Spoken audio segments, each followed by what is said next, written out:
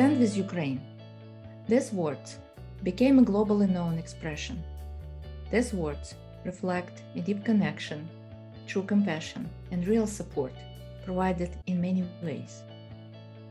How can coaches and coaching communities support Ukraine and professional coaches in Ukraine? What kind of cooperation is being created between ICF Ukraine Chapter and ICF chapters in different countries? What is possible to develop together now and in the future? What are the challenges and opportunities professional coaches are dealing and seeing within this wartime? This and many related questions are in focus of our conversation today, which is happening on September 19th, 2022. This is the podcast, Coaches Stand with Ukraine.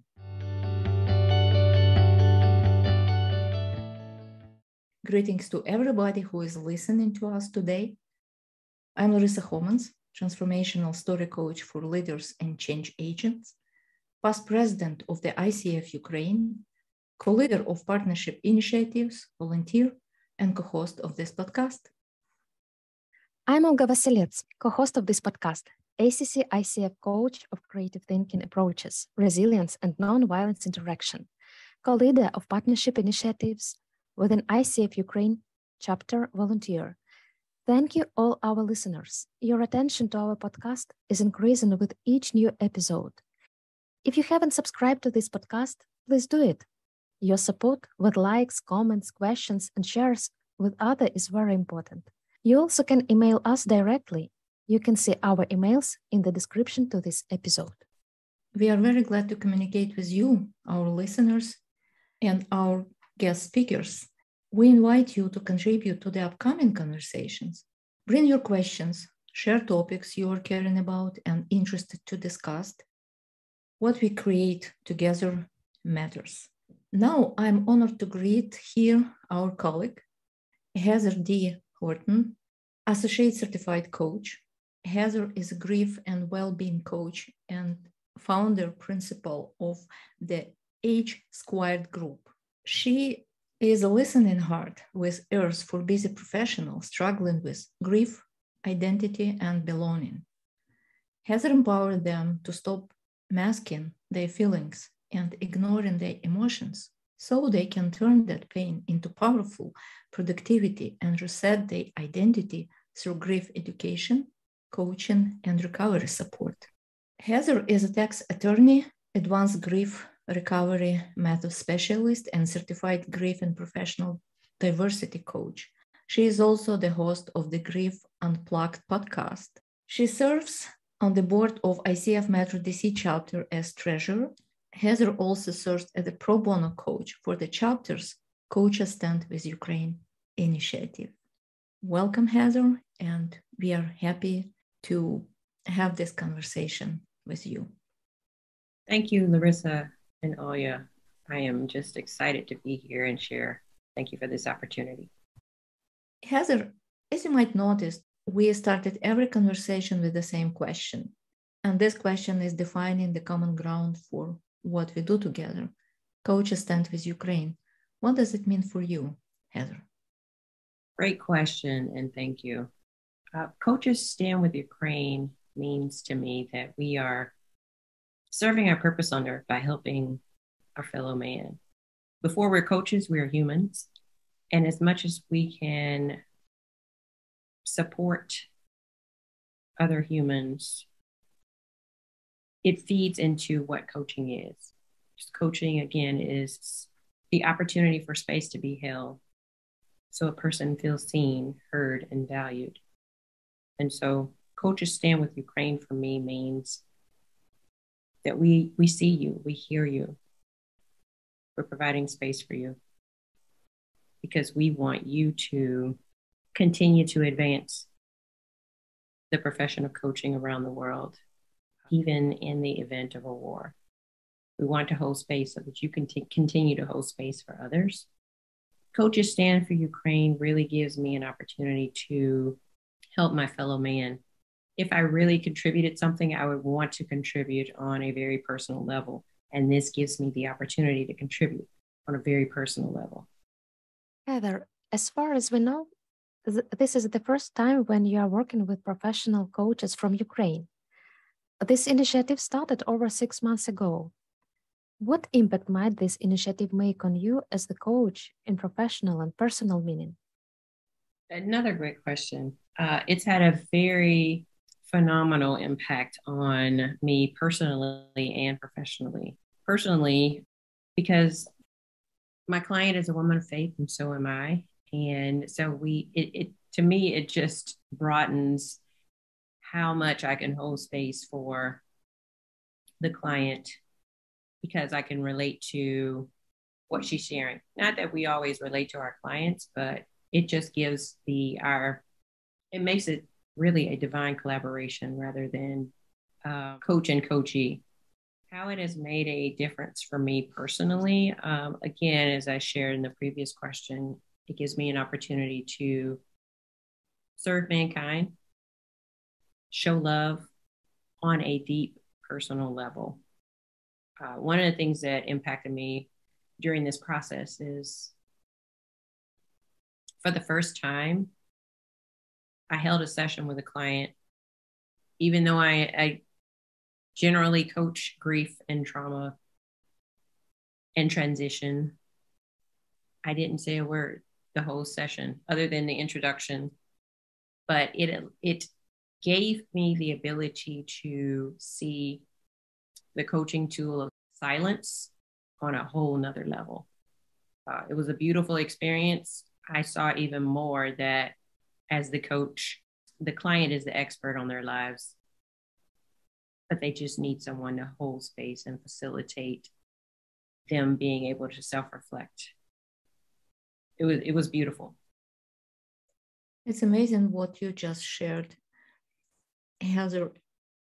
And this is why we started communicating with our colleagues from other chapters, exactly for the same reason, because we wanted to be heard, seen, and we wanted to feel that we are belonging to a powerful professional community. And this community is sharing our values. And you mentioned, before we are coaches, we are human beings. It's also interesting that this podcast is relatively new. And today we are going to release the third episode, where Olga and me were sharing the conclusions we came while leading the partnership with our international coaching colleagues, and at the same time having the coaching engagements. And that podcast was hosted by another our colleague, Olga Panivnik. So we changed the roles. It was a very interesting experience too. And we came to the mutually beneficial experiences and conclusions that what we are creating together is valuable for everybody involved. I'm calling it the new joint stories. Every coach who is involved in this new partnership already has had many other stories, professional, personal, social. And I'm eager to know, Heather, what is your coaching story you would like to share with your coaching colleagues beyond the Pro-Bono initiatives, and also for coaches from other countries, and maybe not only coaches, but other listeners? Interesting question. And I maybe like a little more clarification. Do you want to know what brought me to coaching? How coaching did happen in your life? Yes, that's exactly what I was thinking. I just wanted to make sure. Wow. This is a great question. And it started about 17 years ago. Although I've only really been practicing as a coach for the last 5 years. I think it was 2016. I had the opportunity to, no, actually it's 2012. I became a manager of an attorney group when I was working for the federal government. And we were given the opportunity to have our own individual coach, as well as to engage in group coaching. And I just remembered, as I shared earlier, being seen, felt, and heard. But one of the things that in both the individual setting and the group setting, but in the individual setting, every time I brought a work-related situation to unpack to my session with my individual coach, she would share with me, well, you already know the answer to that. But what I eventually would talk about would be personal things that were keeping me from showing up as my best self or really looking out for my own well-being while I supported other people. And it struck me like, this is supposed to be a career thing. Why am I always talking about personal things? But I continue to engage with my coach and in group coaching. And in my organization where I worked in the government, we were in 2017, the words that kept coming around or being thrown around were diversity, equity, and inclusion. And people really didn't know what that meant. But I was looking for ways to bring more diversity, equity, and inclusion into my agency. And lo and behold, I find a program, Coach Diversity Institute, which is where I got my certified professional diversity coach certification from. They actually infused diversity, equity, and inclusion principles with coaching. And I thought, wow, that's ideal. Like, if I can be a part of that, I will. And I did. I signed up for the program. I went through the first weekend and I knew that my life was changed significantly. And we hadn't even completed the entire program. But one of the things that I really believe brought me to coaching through that process was going through that training allowed me to be able to actually start to unpack my own grief that I didn't realize that I was suppressing, because I was a lawyer and I was always trying to get to the next level and really wasn't focusing on my well-being. But this program, and we all know I will say this, when we go through coaching, you'll never be the same person. You shouldn't be the same person when you come out of a coach training program. This coach training program gave me the opportunity to just feel safe in a space to share all the things that I had been suppressing for years and didn't even realize I was still suppressing things from childhood. But all of that helps us to be able to reset our identity. Every time there is a transition, a change, loss, our identity is reset. And if we don't recognize that, we continue to try to operate in that same realm, although things are different. That brought me to coaching. I completed that certified professional diversity coaching program and then went on to complete a certified grief coaching program. Almost towards the end of the certified grief coaching program, I just decided, I was like, I know this is what I'm going to do with the rest of my life. It really was personal for me because in 2005, I lost my mother in a car accident. And I was still grieving that, but I also realized through this process that I was still grieving my parents' divorce. So I now want to hold space so that it doesn't take people 10 years to start to unpack things, because transition happens every day, change happens every day, grief produces itself every day. But if we don't learn to manage it in the moment, it will always feel like it's overwhelming and all-consuming. Thank you, Heather, for being open with us, and thank you for bringing your personal stories to this conversation. I think this is really what is making the connections vital. Vitality is powerful force. If you allow me to add, because I know what happened yesterday, you completed your first sprint triathlon at age 50. It's amazing. Congratulations. It's another example of vitality, which has no limits. Yes, thank you for sharing that, and I appreciate it. It was an amazing event. I'm exhausted. It was exhilarating, but I will also say that it was the 12 weeks of training that I did up to that point. I was more empowered by the journey and practice. Yesterday was amazing, but the journey, moving from still being afraid of deep water to being able to swim in 17 feet of water was a feat that I didn't really believe could be accomplished at the beginning of that 12 weeks. But when we practice, when we take baby steps, and we are committed to the journey, we can change the trajectory of our lives. Heather, thank you for sharing your story. And I feel so inspired. Thank you for this. And we know also that this week is a big one. ICF Metro DC Chapter is hosting the annual conference in Washington, D.C. The title of this conference is Coaching Today, Tomorrow, and Beyond. And you are going to speak at this event. What are you going to share with your fellow coaches and all conference participants? I'm going to be sharing this week about how coaches may be navigating or suppressing their own grief, which may sometimes prevent us from being able to hold space for our clients because there's something unresolved in our own lives. And so I feel like it speaks to the theme of the conference, Coaching for Today, Tomorrow, and Beyond, is because today, some of us are still living with unresolved things from the past.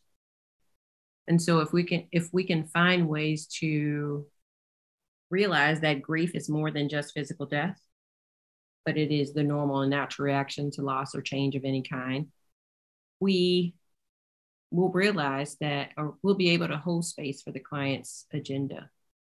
How we can hold space sometimes when we're triggered.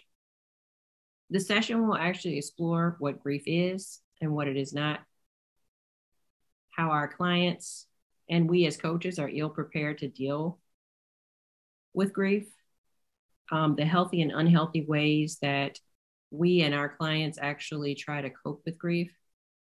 But I'll also shed some light on the tangible and intangible life experiences that produce grief and how to naturally know when it's time to refer your client to a grief coach or a mental health professional. What I do find is most times, more often than not, people are grieving than actually experiencing mental health issues. And the reason I say that is because grief is cumulative, and it is cumulatively negative, and it takes up space in the brain when there is no more space in the heart. So I feel like this session is going to further equip coaches with the ability to be listening hearts with ears, to be actively listening for what the clients are saying and not saying, but also be able to identify grief, because we can experience more than 40 different types of loss in life, and each of those things produces grief. Again, anything that changes, that we lose, any transition. It's interesting because I say life coaching is grief coaching, because if you're coaching about life, you're coaching about changes and transition. So yes, that is what I will be sharing at this week's conference, because we cannot continue to advance the profession of coaching in the world until we are able to sit with our past, respond to it versus react to it, and be prepared to deal with the changes that come daily, but also those in the future that we don't even know yet. But there is an opportunity for us to model behavior for our clients and do this work ourselves, so that no matter what changes come, we're able to respond versus react. What I can hear from what you were sharing, so how to deal with the past from today perspective, and how to be prepared for the future. We don't know what kind of future will be unfolding. Now there are many discussions about future of coaching, about reimagining, redefining this profession. How do you see a future of coaching in your country and at the global level? Thank you for that question. I'm always looking from a worldview, so my response will be for both. But I think in the country and at a global level, I see the future of coaching, and this may be my only my opinion, but I see the future of coaching when the world catches on to the value and how empowering coaching is that it will take over maybe the mental health perspective. I feel like coaching, again, if people can feel like they're seen, valued, and heard, then they can share what's going on with them. Yes, there are some things that are beyond coaching, but for the 95% of us, having an opportunity to be heard without feeling like we're judged, criticized, or analyzed will begin to open up space and begin to allow people to process things that they've been holding from childhood, process things. Because again, if the client feels, and it is our responsibility to ensure that the client feels safe in our sessions. So that in coaching, the client is the expert on their life, and we are there just to facilitate space. And the more we can do that, the more I feel like coaching will take over the psychology and psychiatry world. That may be a big assumption on my part, but I think they are more helpful. I think coaching is more helpful in helping people. And especially after the pandemic and the wars we've experienced, people just need to feel heard, seen, and valued, not judged, criticized, and analyzed. Coming back to the partnership initiative you are involved, what was or still is the most important discovery you made or still making while providing pro bono coaching for professional colleagues in this wartime? This is an interesting question as well. The most unexpected discovery, and I don't know how many people will be able to relate to this, but I feel like in supporting the partnership initiative, I've gotten a glimpse of what heaven will look like. Because never in a million years I've never traveled to the Ukraine. I didn't know anyone Ukrainian, but I feel like my client is, and I don't know if we're supposed to say this, feels like family. It feels like I've connected deeply in a heartfelt way, because I guess it's the human connection in us that is, but I feel like I am doing something rather than just watching it on TV. So yeah, that is my most unexpected discovery, that I felt like it's a picture of heaven, because in heaven, everyone will be there from all different walks of life, ethnicity, ages, what have you. But we will all be together on one accord, helping each other to grow, prosper, and empowering each other on every level. I had goosebumps when you were saying that. Not just to know what is happening in Ukraine by watching TV, but being connected with someone who is going that experience from the first hand. Thank you for that. Thank you for coming to this journey, which is not easy. We're talking about future. I like to say that future is happening today, and it's not metaphorical expression. It's the reality we are living in. Heather, what do you think? What perspectives do you see after the pro bono coaching engagement will be over? What might be the newest experience for you, for coaches involved in this unprecedented cooperation? Great question, Larysa. And I believe that we should continue to engage with coaches globally. I cannot express that, unless we need to find common ways to connect, but also connect with people who are different from us. That, we move toward the words of inclusion and belonging more than diversity, but there's still a need for us to reach each other from our differences. And so I'd love to see where we're coaching with people from different global areas, just like we're doing now, but that it becomes a norm and not something that happens just after adversity happens, but that it is something of a norm so that we can continue to advance the profession of coaching across the world and also support coaches in the way that we're doing now in this partnership initiative. It's not just when an adversity happens that winds up in the news. It is the little things that we deal with every day that we can still talk about and that can manifest themselves in a coaching session. And I think we need to normalize that rather than waiting for the next big thing to happen. Heather, as it was at the beginning, I like to finish the conversation with the question we ask all our guest partners. What is your key message to everybody who will listen to this podcast? Great question. And I've pondered on this question and how I would answer it, but I go back to something I say all the time. And I think is very relevant here. As long as you have breath in your body, you can change the trajectory of your life. And I believe that is evident from the coaches that we engage with through this initiative on how they've been able to change the trajectory of their lives in spite of what's going on in the Ukraine. But even here in the US, there is always an opportunity to change the trajectory of your life if you're open and willing. I'm always amazed how fast time is flying when we are having such open, thoughtful, and heart-centered conversations. Heather, thank you very much for being our conversational partner today. Especially, let me express deep gratitude to you and all your colleagues for professional support, deep compassion, and proactive actions we make together. This has been an amazing opportunity, and I look forward to continuing to partner together.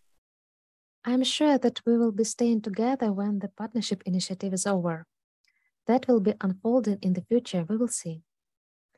At least this podcast is open for you and your colleagues. For everybody who is listening to this podcast, please share your comments, questions, thoughts, ideas. Let's stay connected. You can see Larysa's and my contacts in the description for this podcast. And I hope, Heather, it will be okay if you are sharing your contact in the description of this conversation too, so more people can come to your website and reach you and maybe invite to speak to other events or having another podcast conversations. Definitely. Please contact me based on the contact information that is supplied with the podcast. I'm open to talk to any and all.